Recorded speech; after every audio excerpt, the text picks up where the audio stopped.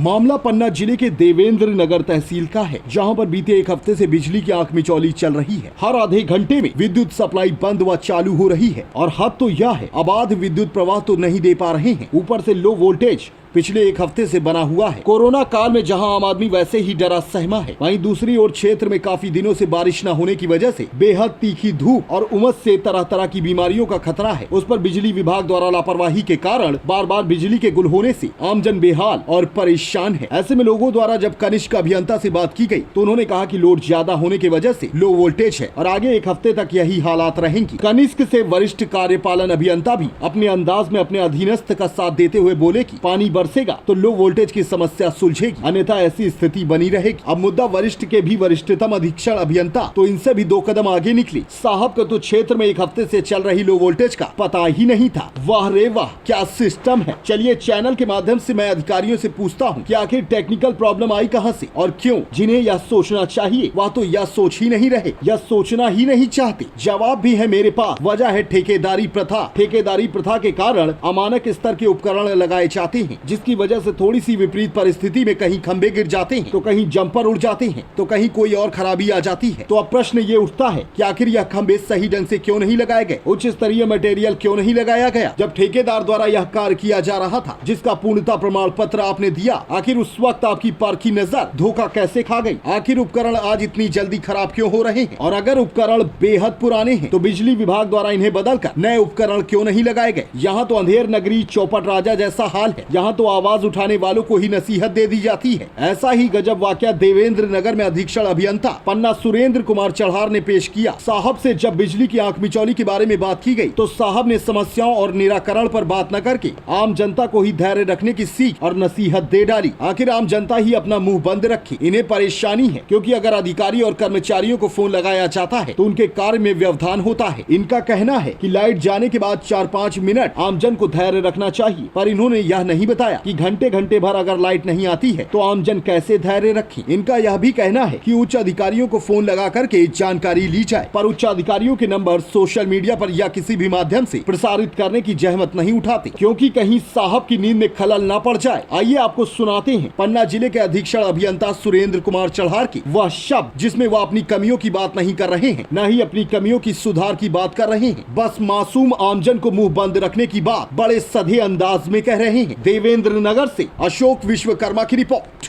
आप लोगों के माध्यम से मैं बोल रहा हूँ कि जब भी सप्लाई जैसे कभी बंद होती है तो कंटिन्यू इतने फोन आते हैं अधिकारियों कर्मचारियों के पास कि जो काम कर रहे हैं तो वो भी नहीं कर पाते हैं। कभी कभी तो अधिकारी लोग पता ही नहीं कर पाते कि हुआ क्या है।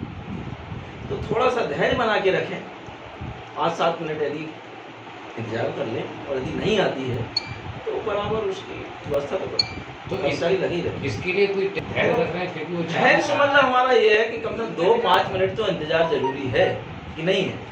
मान लीजिए ट्रिपिंग आई है तो 2 या 3 मिनट बाद फिर उसको चार्जिंग हम करेंगे, ठीक है ना। मेरा नंबर है तो किसी को भी तत्काल फोन करके बताया जा सकता है।